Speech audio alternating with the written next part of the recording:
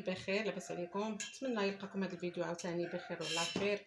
ايوا داز رمضان ما سخيناش به، وعيدكم مبارك سعيد. و دابا حسينا بالسهات ديال رمضان رجع لينا، والله ما قديت ندير لا عشاء لا والو. يلاه فكرت غير في هاد الشويربه هذه، هي اللي بانت ليا خفيفه، درتها شويه ديال الشعريه بمطيشه خفيفه بلا لحم بلا حتى شي حاجه، مع سمينه وشويه ديال الثومه وزيت البلديه. هذه هي العشيوه.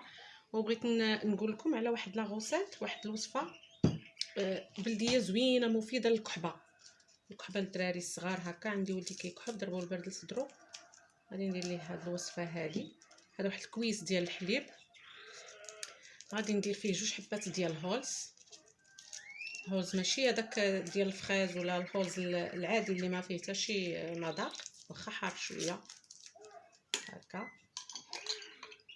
وواحد شويه ديال سكينجبير، غير شي شويه باش ما يحسش هو، حيت هو الا حس بلوغو ما غاديش يشربو صافي. وغادي نردو فوق العافيه حتى يذوب هذاك هولز، ونعطيه ليه ونلبسو مزيان ونخليه يعرق.